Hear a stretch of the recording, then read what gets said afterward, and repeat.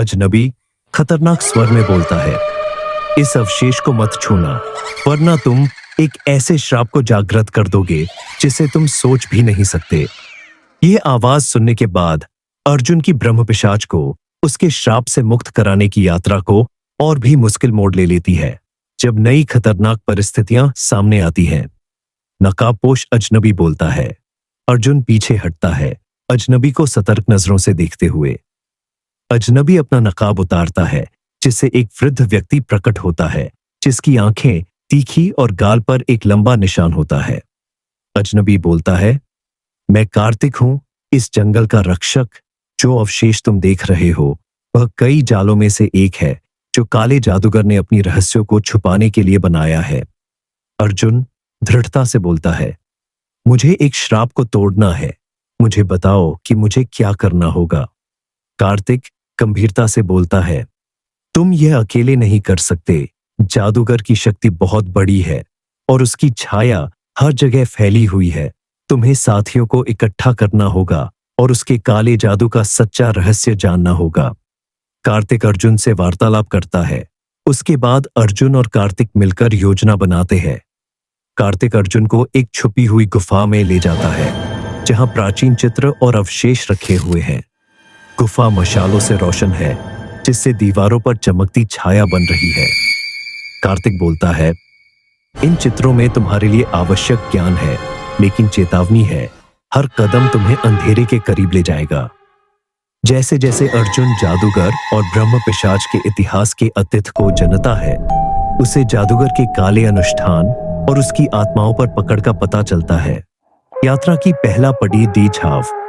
अर्जुन और कार्तिक जंगल के केंद्र की ओर बढ़ते हैं, जहां हवा और भी ठंडी हो जाती है और पेड़ फुसफुसाते हुए लगते हैं।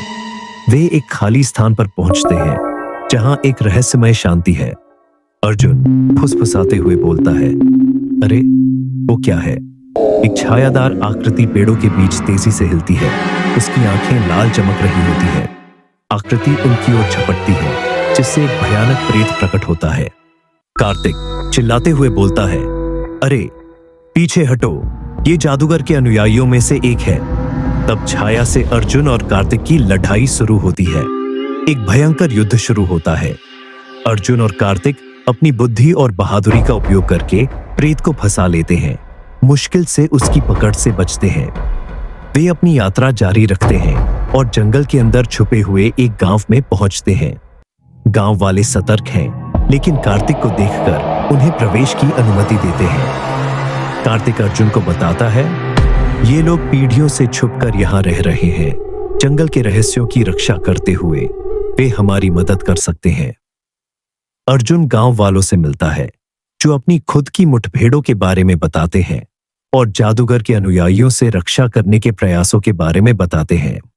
अर्जुन और कार्तिक दोनों को गांव के एक वृद्ध महिला के सामने लाया जाता है, जिनकी आंखें गहरी और जानकार होती हैं। बुजुर्ग महिला बोलती है, तुम ब्रह्म पिशाच को मुक्त कराना चाहते हो, लेकिन यह मार्ग खतरों से भरा है। जादूगर का जादू पुराना और काला है। तब अर्जुन बोलता है, मुझे कैसे भी ब्रह्म पिशाच को मुक्ति दिलाना है। तब बुजुर्ग महिला बताती है, केवल 3 पवित्र अवशेष है जो मुक्ति दिला सकती है। इन तीनों अवशेषों को खोजकर ही तुम श्राप को तोड़ सकते हो। अर्जुन दृढ़ता से बोलता है, ये अवशेष कहाँ मिलेंगे? बुजुर्ग महिला बताती है और रहस्यमयता से बोलती है, हर अवशेष एक महाखतरों वाले स्थान से घिरा हुआ है। जादूगर के सबसे भयानक रक्षकों द्वारा सुरक्षित है। तुम्हें उन्हें पाने के लिए अपनी सबसे बड़े डर का सामना करना होगा।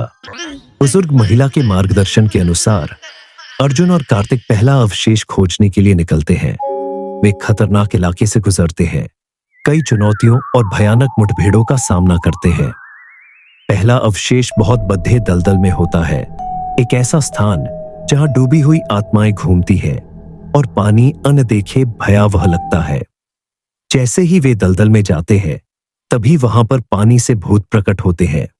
उससे अर्जुन और कार्तिक दोनों ही बहुत बहादुरी से लड़ते हैं और बूढ़ी महिला से प्राप्त ज्ञान का उपयोग करते हुए आत्माओं को हराते हैं।